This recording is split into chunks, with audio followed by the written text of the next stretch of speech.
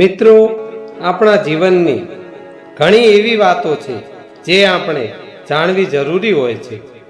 તો આજે આપણે વાત કરીશું ગર્ભવતી સ્ત્રીઓ સાથે જોડાયેલી કેટલીક વાતો જે આપણા જીવનમાં જાણવી ખૂબ જ જરૂરી છે. મિત્રો, તમે આપણા વડીલોને વાત કરતા સાંભળ્યું હશે કે ગર્ભવતી સ્ત્રીને સાપ નથી કરડતો. તો મિત્રો, આવી ઘણી માન્યતાઓ છે જે આજે અમે તમને આ વિડીયોના માધ્યમથી જણાવીશું. તો મિત્રો, વિડીયોને અંત સુધી નિહાળજો અને વિડીયોને સાંભળતા પહેલા વિડીયોને લાઈક કરજો. મિત્રો, સગર્ભા અવસ્થા એ દરેક સ્ત્રી માટે શ્રેષ્ઠ સમયગાળો છે, પણ સગર્ભા અવસ્થા સાથે જોડાયેલી કેટલીક માન્યતાઓને લઈને ઘણી સ્ત્રીઓ અવઢળમાં હોય છે કે તેવી સ્થિતિમાં શું કરવું અને શું ના કરવું જોઈએ. અમે એવી જ તમામ માન્યતાઓની આજે અહીં વાત કરીશું અને આજના સમય પ્રમાણે તે માન્યતાઓ યોગ્ય છે કે નહીં તે પણ જણાવીશું. તેમજ તેની પાછળ કોઈ વૈજ્ઞાનિક કારણ કે તર્ક છે કે નહીં તે પણ તમને જણાવીશું. આ સ્થિતિમાં ગર્ભ સંસ્કારનું ખૂબ જ મહત્વ હોય છે. મિત્રો, માતાએ અન્ય માન્યતાઓનું સત્ય જાણ્યા વગર કોઈ વાતમાં માનવાને બદલે પોતાના ભાવિ બાળકના ઘડતર માટે ગર્ભ સંસ્કાર પર ધ્યાન આપવું જોઈએ. પોતાનું ભાવિ બાળક દિવ્ય આવે તે માટે ના માતાએ દરેક કામ અને વિચાર કરવા જોઈએ. મિત્રો, અહીં એ સ્પષ્ટતા પણ જરૂરી છે કે પહેલાના સમયમાં સ્ત્રીઓને કે સમાજમાં સાથે જોડાયેલી સારી વાતને મોટા વર્ગમાં લાગુ કરવાના હેતુથી ઋષિ મુનિઓએ તેને માન્યતાનું સ્વરૂપ આપી દીધું હતું, જે તે સમયે માન્યતાઓ યોગ્ય હતી, પણ આજે તેનું વજૂદ ના હોય તેવું પણ બની શકે. મિત્રો, તો મિત્રો, ગર્ભવતી સ્ત્રીઓ માટે એક માન્યતા છે કે ગર્ભવતી સ્ત્રીઓએ કાળા કે ડાર્ક કપડાં ન પહેરવા જોઈએ. ગર્ભાવસ્થા સ્ત્રીએ પોતાની સાથે પોતાના બાળકની પણ કાળજી રાખવી જ હોવી જોઈએ. આ માન્યતાને વૈજ્ઞાનિક રીતે જોઈએ તો ડાર્ક કપડાં સૂર્યપ્રકાશને વધારે પોતાના તરફ ખેંચે છે, તેથી કપડાં ગરમ થવાથી સાથે શરીર ગરમ થાય તે ગર્ભવતી સ્ત્રી માટે સારું ગણવામાં આવતું નથી. આથી ડાર્ક કપડાં ના પહેરવાનું કહેવામાં આવ્યું છે. મિત્રો, ગર્ભવતી સ્ત્રીઓને કેટલીક ખાવાની વસ્તુઓ વિશે પણ કહેવામાં આવ્યું છે કે જાંબુ, કેસર, ખજૂર, રીંગણ, ટોપરું ગર્ભવતી સ્ત્રીઓએ ના ખાવું જોઈએ. ત્યારે મિત્રો, ગાયનોલોજિસ્ટ ડોક્ટર જણાવ્યા પ્રમાણે આ માત્ર માન્યતા છે, આની પાછળ કોઈ તથ્ય નથી. ખાવાની બધી વસ્તુઓ વ્યક્તિના પેટમાં જાય છે, નહીં કે સીધી ગર્ભાવસ્થામાં જાય છે. તેથી શરીર માટે દરેક પ્રોટીન અને મિનરલ્સ જરૂરી છે. માટે સગર્ભાવસ્થા દરમિયાન સ્ત્રી બધી જ વસ્તુઓ ખાઈ શકે છે, પણ હા, પ્રમાણસર ખાવું એટલું જ યોગ્ય છે. કોઈ વસ્તુ અતિરેકમાં ખાવી ન જોઈએ. જાંબુ ખાવાથી બાળક કાળું આવે તેમાં કોઈ તથ્ય નથી. મિત્રો, ઘણા લોકોનું કહેવું એવું છે કે ગર્ભવતી સ્ત્રીએ નદી ઓળંગવી નહીં. મિત્રો, પહેલાના સમય સાથે જોડાયેલી આ માન્યતા છે.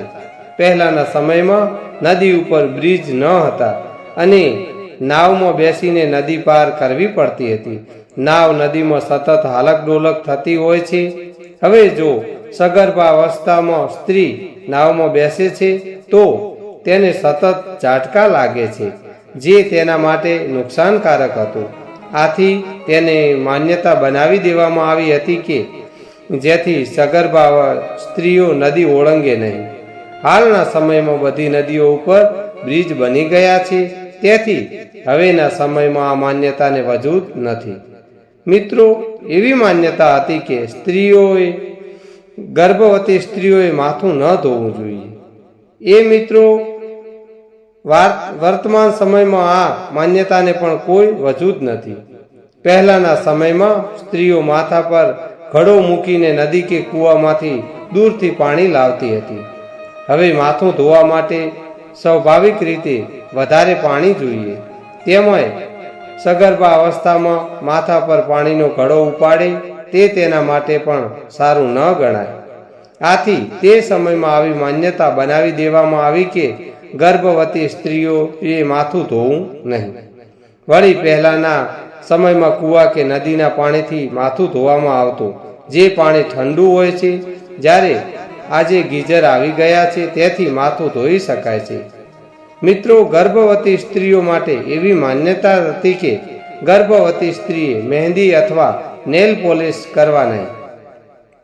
સગર્ભા સ્ત્રીઓ માટે સ્વાસ્થ્યનું ધ્યાન રાખવું ખૂબ જ જરૂરી છે. હવે આ નેલ પોલિશ મહેંદી બનાવવામાં ઘણા કેમિકલો વપરાતા હોય છે. જાણતા અજાણતા જમતી વખતે તે પેટમાં જતી રહે તેવું પણ બની શકે છે. તેથી સગર્ભા અવસ્થામાં નેલ પોલિશ ન કરવાનું કહેવામાં આવ્યું છે. જો તમને ચમચીથી ખાવાની આદત હોય તો તમે નેલ પોલિશ કરી શકો છો. આ બાબત વ્યક્તિ પર નિર્ભય કરે છે. મિત્રો, ગર્ભવતી સ્ત્રીઓએ મમ્મીના ઘરે રાત ના રહેવું આવી પણ એક માન્યતા હતી. સગર્ભા સ્ત્રીના પેટમાં બાળક મોટું થઈ રહ્યું હોય છે. હવે બાળકના મગજના વિકાસ માટે ન્યુરોન્સ ખૂબ જ જરૂરી છે. રસપ્રદ વાત એ છે કે 1 મિનિટમાં 2.5 લાખ ન્યુરોન્સ બને છે. હવે સગર્ભા સ્ત્રી જેટલો સમય ટેન્શન કે દુઃખમાં હશે તેટલો સમય ન્યુરોન્સ બનવાનું અટકી જાય છે. હવે વાત એમ છે કે દરેક સ્ત્રી તેના માતાના ઘરે જાય ત્યારે માતા સાથે બેસીને નિરાંતે વાત કરે. સમય તેને રાતે જ મળે અને રાત્રિ દરમિયાન જાણતા અજાણતા મમ્મી દ્વારા વાત થવી સ્વાભાવિક છે કે તારા સાસરીવાળા આવા ને તારા સાસરીવાળા તેવા છે. જેનાથી ગર્ભવતી સ્ત્રીએ બાબતની ચિંતા અને દુઃખ થઈ શકે છે, જે એના માટે જોખમી છે. આથી સગર્ભા સ્ત્રીએ મમ્મીના ઘરે ન જવું કહેવામાં આવેલું છે. સમય બદલાતા માન્યતા પણ બદલાઈ રહી છે, પણ સગર્ભા સ્ત્રીઓએ એ વાતને ખાસ યાદ રાખવી જોઈએ. મિત્રો, 1 મિનિટ પણ ટેન્શનમાં રહેવું તેના માટે સારું નથી. અને ગર્ભવતી બહેનો માટે એવી માન્યતા છે કે સાપ ન જોવો જોઈએ કે મૃતક વ્યક્તિનું મોઢું ન જોવું. ગર્ભાવસ્થા માટે જોડાયેલું સાયન્સ પણ ખૂબ રસપ્રદ છે. મિત્રો, હવે અહીં વ્યક્તિ કે વસ્તુને જોવાની કોઈ ના નથી, પણ જોયા પછી સતત તે વસ્તુ કે વ્યક્તિ વિશે વિચારતા રહેવું સગર્ભાવસ્થામાં સ્ત્રી માટે ખૂબ જ જોખમી છે. કારણ કે સગર્ભા સ્ત્રી વિઝ્યુલાઇઝેશનની સીધી અસર તેના ગર્ભમાં રહેલા બાળક પર પડે છે. તેના વાણી વિચારથી અસરથી પણ તેના બાળકનું ઘડતર થાય છે. ગર્ભ સાયન્સ તો એવું કહે છે કે બાળકનું 90% ઘડતર માતાના ગર્ભમાં થઈ જાય છે. સગર્ભા ઈચ્છે તેવા બાળકને જન્મ આપી શકે છે. તેના માટે તેણે સગર્ભા અવસ્થા દરમિયાન સારા પુસ્તકો વાંચવા જોઈએ, સારી વાતો સાંભળવી જોઈએ અને વિઝ્યુલાઇઝેશન કરવું પડે છે. અને પરાક્રમી અને જ્ઞાની બાળક જોઈતું હોય તો બહેનોએ દિવસમાં એકવાર જરૂરથી ગીતાનો પાઠ કરવો. માતાએ સતત ધાર્મિક વૃત્તિની વાર્તાઓ અને તે સંદર્ભના વિચારો કરવા જોઈએ. તમે એ પણ જાણી લો કે ગર્ભમાં રહેલ બાળક દરેક વસ્તુ સાંભળે છે. તેથી ગર્ભ સંવાદ પણ એટલો જ જરૂરી છે. ગર્ભ પર હાથ રાખી તેણે બાળકને કહેવું જોઈએ કે તારામાં અભિમન્યુ કરતાં પણ સારું સાહસ છે. આ તો માત્ર એક ઉદાહરણ તરીકે નામ આપ્યું છે. મિત્રો, તમે જેવું બાળક ઈચ્છો તેવો સંવાદ કરી શકો છો. મિત્રો, એવી માન્યતા છે કે ગર્ભવતી સ્ત્રીઓ હોય ત્યારે નવું મકાન, નવા કપડાં કે નવા દાગીના ના ખરીદવા. તમને જણાવી દઈએ કે નવા મકાનની ખરીદી કરી ઘર બદલીએ તો બહુ કામ રહે. સગર્ભાવસ્થાથી એટલું બધું કામ થઈ ના શકે. તેથી પહેલાં એવું કહેવાયું હતું કે નવું મકાન ખરીદવું જોઈએ નહીં. નવા કપડાં કે દાગીના ના ખરીદવા પાછળ પણ એ વાત જોડાયેલી હોઈ શકે છે. મિત્રો, કે સગર્ભાવસ્થા દરમિયાન પૈસાની જરૂર પડે તે સ્વાભાવિક છે. તેથી દાગીના કે કપડામાં પૈસા વપરાઈ ન જતા બચી રહે અને સગર્ભાવસ્થા દરમિયાન એ પૈસાઓ કામ આવી શકે. મિત્રો, હવે તમને જણાવીશું કે ગર્ભવતી સ્ત્રીને સાપ કરડતો નથી. મિત્રો, ગર્ભવતી સ્ત્રીને સાપ ન કરડવાનો ઉલ્લેખ બ્રહ્મવૈવર્ત પુરાણમાં જોવા મળે છે. તે મુજબ એક સમયે એક સ્ત્રી ભગવાન શિવના પેગોડાની તપસ્યા કરતા બેઠી હતી. ત્યાં અચાનક બે સાપ આવે છે અને તે સ્ત્રીને કારણ વગર હેરાન કરવા લાગે છે, જેના કારણે તે મહિલાનું ધ્યાન ભક્તિમાંથી ભટકી ગયું. તેથી ગર્ભવતી માતાના પેટમાં રહેલ બાળકે સમગ્ર નાગવંશને શ્રાપ આપ્યો કે આજથી જે કોઈ નાગ કે સાપ ગર્ભવતી માતાની નજીક જશે તો તે આંધળો થઈ જશે. અને ત્યારથી આ કહેવત પ્રચલિત બની છે કે ગર્ભવતી સ્ત્રીને જોઈ નાગ આંધળો થઈ જાય છે. તમને જાણીને નવાઈ લાગશે કે આ જ બાળકો ગોગાજી અને તેજાજી તરીકે પ્રચલિત થયા. તો આ હતું ધાર્મિક કારણ. હવે તમે વિચારતા હશો કે સાપને કેવી રીતે ખબર પડે કે સ્ત્રી ગર્ભવતી છે કે નહીં?